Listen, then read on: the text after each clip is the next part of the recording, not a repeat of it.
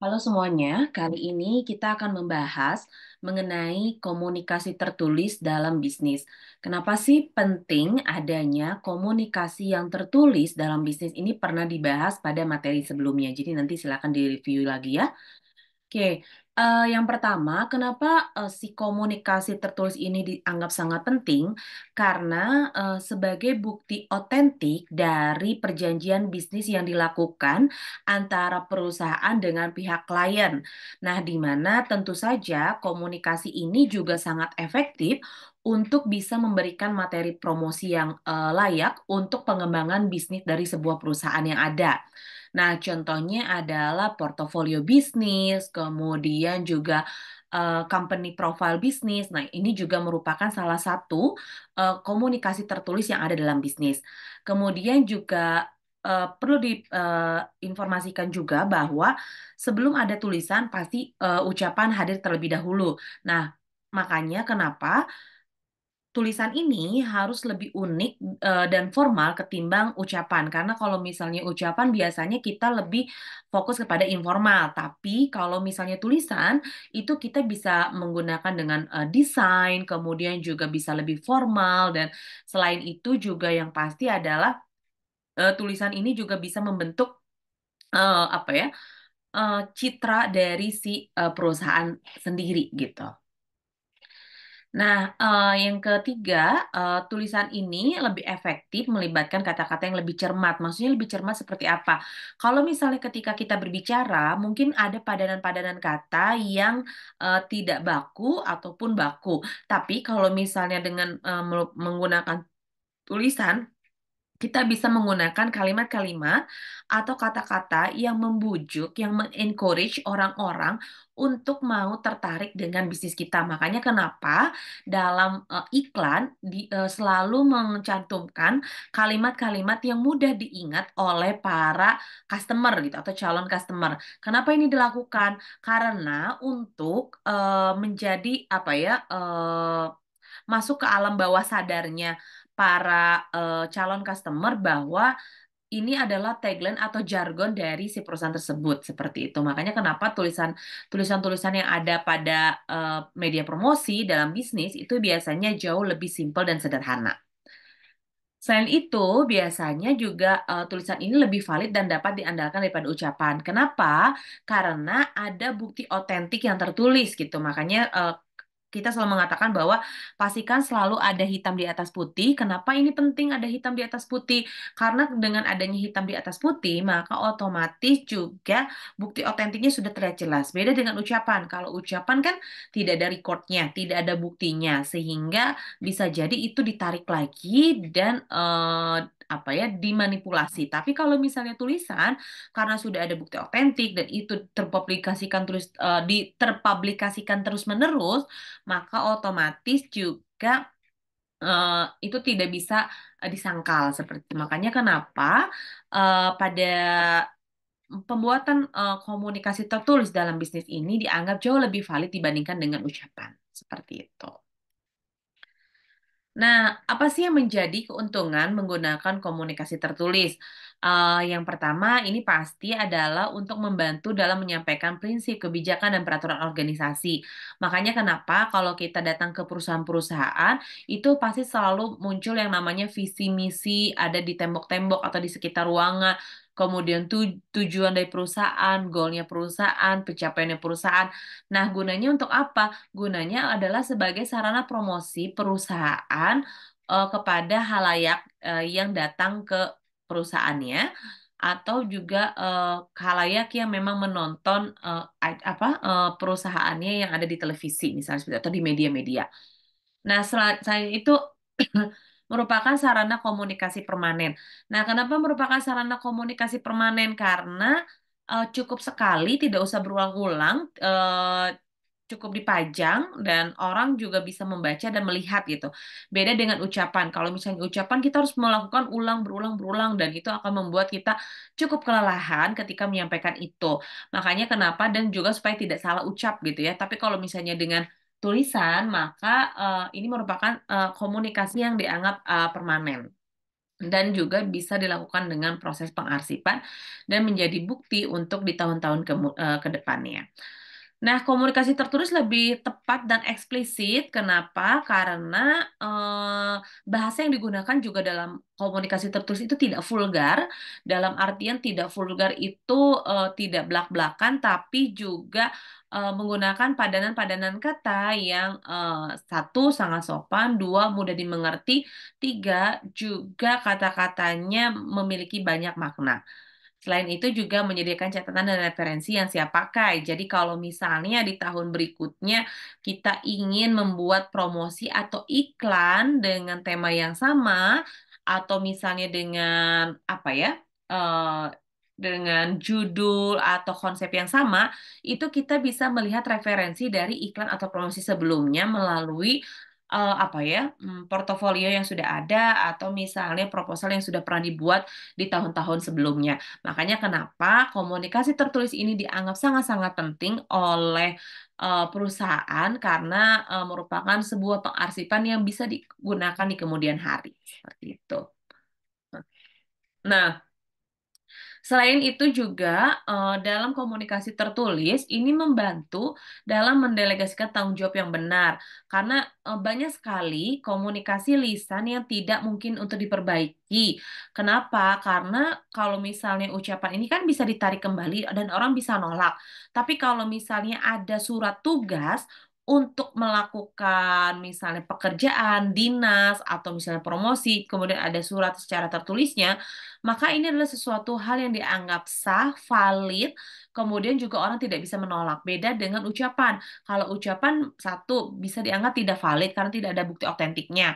Dua, selain dianggap tidak valid juga bisa jadi kata-katanya nanti ditarik lagi. Tapi kalau ada suratnya tertulis, maka otomatis ini dianggap lebih dipercaya dibandingkan dengan ucapan. Kemudian selain itu juga komunikasi tertulis yang efektif mengembangkan dan meningkatkan citra organisasi. Nah, citra organisasi ini biasanya dihasilkan dari satu, iklan korporat yang ditampilkan di media, dua, iklan komersi yang ditampilkan di media, tiga, company profile yang disajikan kepada para klien atau yang bisa diakses oleh halayak publik gitu ya. Empat, juga pencapaian-pencapaian yang memang sudah tertulis dan sudah diakui dan sudah mendapatkan bukti sertifikasinya, maka otomatis ini dapat meningkatkan citra organisasi atau citra perusahaan itu sendiri. Nah, selanjutnya juga pembelaan secara hukum dapat bergantung pada komunikasi tertulis. Jadi, kalau misalnya nanti di kemudian hari ada hal-hal yang dianggap tidak apa ya, kalau dianggap hal-hal melanggar hukum atau misalnya dianggap juga hal-hal yang tidak kompeten, maka otomatis yang harus dilakukan adalah pembelaan secara hukum bergantung dari komunikasi tertulis itu gitu ya. Jadi dengan catatan-catatan yang ada bukti-bukti tertulis. Jadi kalau misalnya nanti ada kasus hukum di perusahaan, kita tidak punya bukti otentik atau kita tidak punya bukti tertulisnya, maka itu akan berpengaruh terhadap hasil dari persidangan tersebut. Karena kenapa ya tidak ada bukti, makanya kenapa kalau misalnya di perusahaan itu pasti kita selalu memiliki berbagai macam berkas arsip-arsip yang dianggap sebagai bukti yang dapat membantu perusahaan di kemudian hari. Seperti itu. Maksudnya di kemudian hari itu kalau misalnya ada kasus ya di perusahaannya. Nah, di sini ada kerugian menggunakan komunikasi tertulis. Satu, komunikasi tertulis tidak menghemat biaya karena perlu diketik, perlu dipikirkan masak-masak supaya tidak memiliki makna yang ambigu dan juga tentu tidak menghemat biaya karena kita harus ada proses pencetak, kemudian juga penggunaan listrik pada saat menggunakan komputer gitu ya, harus membeli komputer, print dan lain sebagainya. Terus juga komunikasi tertulis ini yang kerugiannya ya kalau misalnya menggunakan komunikasi tertulis. Tadi yang pertama, nah yang kedua ini adalah memakan waktu karena umpan balik tidak langsung. Jadi kalau misalnya kita ngobrol langsung atau kita promosi langsung, kita langsung dapat feedback dari calon pelanggan kita, calon klien kita gitu ya, rekan bisnis kita langsung dapat feedbacknya. Tapi kalau komunikasi tertulis, ini sangat-sangat membutuhkan waktu, bisa jadi 2 minggu kemudian baru apa ya baru terhubung gitu atau bisa jadi 3 minggu kemudian baru terhubung. Nah, makanya kenapa komunikasi tertulis ini memakan waktu umpan balik yang tidak langsung gitu seperti komunikasi lisan. Nah, kemudian ketika ada hal yang diragukan oleh penerima pesan, jawabannya juga tidak spontan. Jadi kalau misalnya ada kayak contoh lah ya, bisnis kita nih kita lagi promosikan melalui media. Kemudian pelanggan kita atau calon customer kita tuh nggak paham dengan iklan yang dimaksud dari perusahaan kita.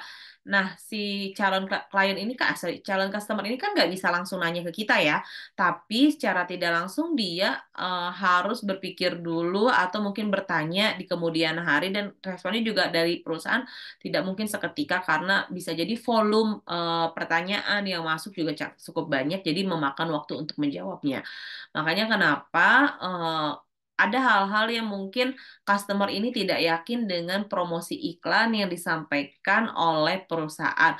Ataupun misalnya ketika kita mengajukan kerjasama bisnis, juga rekan bisnis juga mempertimbangkan terlebih dahulu, tidak spontan langsung dijawab karena mungkin ada bagian-bagian proposal bisnis yang tidak sesuai dengan hal yang ada di yang ingin ditanyakan oleh si calon klien kita. Nah, selanjutnya, komunikasi tertulis yang efektif ini membutuhkan keterampilan. Jadi, nggak semua orang punya kemampuan menulis yang bagus. Makanya kenapa ada istilah content writer gitu ya. Nah, kenapa content writer ini bisa mengemas kalimat atau kata-kata dengan sederhana, simpel, dan efektif gitu ya. Kenapa ini dilakukan? Supaya tidak terjadi kesalahpahaman atau salah tafsir dari tulisan yang disajikan oleh perusahaan. Selain itu juga menghindari yang namanya ambiguitas atau bermakna ganda sehingga pemilihan kosakatanya juga sangat-sangat diatur, dijaga sehingga tidak memberikan tulisan yang berdampak buruk terhadap perusahaan tapi justru dapat meningkatkan citra perusahaan dalam tulisannya tersebut. Seperti itu. Nah, ada perubahan pada komunikasi tertulis. Nah, perubahan pada komunikasi tertulis ini ada 3 perubahan penting sebetulnya dalam beberapa tahun terakhir mengenai seni menulis surat gitu ya. Kenapa sih penting banget menulis surat ini? Karena kalau kita melakukan kerjasama apapun, hal yang paling penting dilakukan adalah proses penulisan surat. Kenapa proses penulisan surat ini dianggap penting? Karena dengan adanya proses penulisan surat, maka otomatis akan ada record atau bukti otentik yang digunakan oleh si perusahaan seperti itu. Next, kemudian yang pertama adalah secara universal manusia ini dikatakan lebih sibuk daripada manusia gitu ya. Maksudnya yang hidup 20 atau 30 tahun yang lalu. Sekarang tuh semua serba sibuk. Sibuknya itu pakai apa? Sibuknya ini biasanya menggunakan apa ya sosial media gitu ya atau misalnya gadget dan lain sebagainya beda dengan yang lalu kalau yang lalu itu 20 atau 30 tahun yang lalu atau 10 tahun yang lalu orang tidak terlalu masif seperti saat ini menggunakan gadget. Kenapa dianggap tidak masif? Karena memang perkembangan teknologi yang tidak maju juga sehingga informasi yang diterima hanya diterima secara tertulis yaitu melalui koran atau misalnya melalui televisi. Kalau sekarang kan berita yang baru kejadian 5 menit aja kita udah bisa tahu nih melalui gadget yang kita miliki yaitu melalui internet atau sosial media. Kedua, ada perubahan besar dalam komunikasi tertulis, yaitu terkait kelebihan informasi dan tekanan waktu. Kalau sekarang justru para jurnalis atau para content writer dituntut lebih efektif, cepat, tepat dalam penyajian informasi. Karena kenapa? Diharapkan untuk tidak yang namanya copy paste dari berita-berita atau informasi yang ada di luar sana. Nah, ini yang sangat berbahaya karena banyak sekali justru informasi-informasi yang dilakukan melalui media atau periklanan dan lain sebagainya itu justru mencontek dari eh, promosi iklan atau berita-berita yang lain tanpa mengkurasi terlebih dahulu. Dua, juga tidak adanya originalitas dalam tulisan yang disajikan oleh perusahaan tersebut seperti sehingga inilah yang mengakibatkan tingkat kreativitas jadi menurun, tapi tingkat plagiarisme jadi meningkat gitu. Nah, ini yang perlu dihati-hatikan. Makanya kenapa organisasi yang bagus, perusahaan yang bagus adalah memiliki originalitas dan juga dia efektif dalam penggunaan apa ya penggunaan atau pengolahan media untuk promosi maupun berita-berita perusahaannya sendiri seperti itu. Nah, yang ketiga adalah menjadi korespondensi kurang formal dan lebih mengarah kepada gaya percakapan. Betul sekali. Jadi pada saat ini justru eh, bahasa tulisan yang ada itu justru lebih bahasa tulisan yang seperti orang berbincang. Eh, Padahal bahasa tulisan ini dianggap bisa masuk ke dalam semua kalangan karena biasanya tulisan-tulisan yang ada saat ini itu mengacu kepada bahasa percakapan dan itu hanya bisa dimiliki oleh generasinya, tidak bisa dinikmati oleh generasi yang lebih atas atau generasi yang lebih bawah. Makanya kenapa pada zaman dahulu tulisan itu akan bersifat jauh lebih apa ya lebih universal. Kenapa dianggap lebih universal? Karena semua kalangan bisa menikmati tulisannya, bisa memahami tulisannya, dan gayanya juga tidak hanya gaya percakapan yang hanya dimiliki oleh generasi tertentu. Seperti itu. Nah, tekanan teknologi komunikasi baik komputer, email, mesin fax, pesan suara, ini justru memberbadir semua pihak. Mau tidak mau, fax justru sekarang tidak digunakan lagi gitu ya. Jarang sekali. Yang paling penting adalah sekarang yang paling digunakan adalah sosial media, email, kemudian juga voice note, video, dan lain sebagainya. Makanya kenapa perusahaan atau humas ya, humas ataupun misalnya marketing yang ada di dalam perusahaan ketika menjalankan bisnis perlu sekali memahami kemajuan teknologi komunikasi yang ada. Karena kalau misalnya tertinggal dengan teknologi komunikasi yang ada, maka secara tidak langsung perusahaan tidak akan mengalami kemajuan, justru mengalami kemunduran.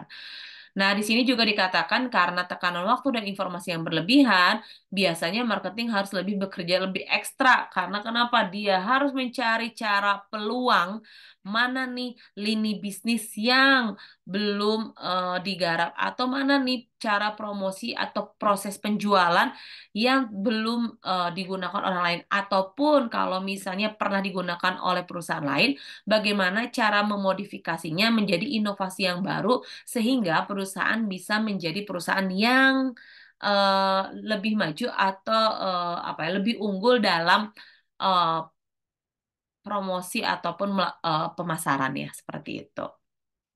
Makanya kenapa kalau sekarang-sekarang itu justru perusahaan-perusahaan tokonya banyak ditutup, gerainya banyak ditutup, tapi mulai berekspansi ke internet atau sosial media atau marketplace.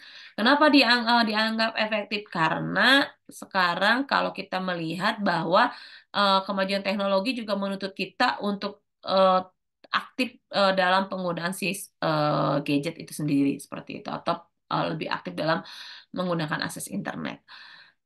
Sekarang juga masih banyak yang menggunakan email untuk apa ya untuk promosi ya baik belas email kemudian gitu. Tapi kalau misalnya informasi yang disampaikan dalam email tersebut itu bisa berpengaruh terhadap orang-orang untuk mau membuka atau bisa jadi itu malah dimasukin ke dalam bentuk spam. Nah, ini yang cukup sangat berbahaya. Makanya kenapa penting banget untuk melakukan yang namanya apa ya penting banget untuk melakukan yang namanya efektivitas dan eh, apa ya kata-katanya itu efektivitas dalam proses pembuatan atau pengiriman email kepada calon customer sehingga tidak masuk ke dalam spam kemudian bisa dibaca begitu. Nah, ini yang paling penting. Kita pasti selalu melakukan yang namanya surat, baik surat elektronik, surat cetak. Jadi kalau misalnya perusahaan-perusahaan itu masih sering mengirimkan surat cetak ya, misalnya kayak promosi akhir tahun, tagihan, kemudian kartu kredit dan lain-lainnya dalam format bank ke rumah kita atau ke perusahaan kita.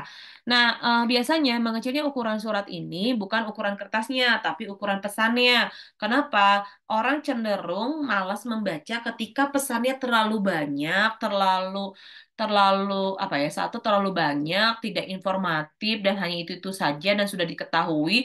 Jadi makanya kenapa perusahaan itu membuat kalimat yang ada dalam surat itu menjadi lebih pendek, lebih sederhana, dan efektif sehingga para klien atau customer juga membacanya lebih efisien. Dianggap eh, apa ya, lebih efektif aja gitu, sehingga tidak membuang-buang waktu lebih banyak. Kemudian juga ada keringkasan gitu. Nah, keringkasan ini juga penting banget.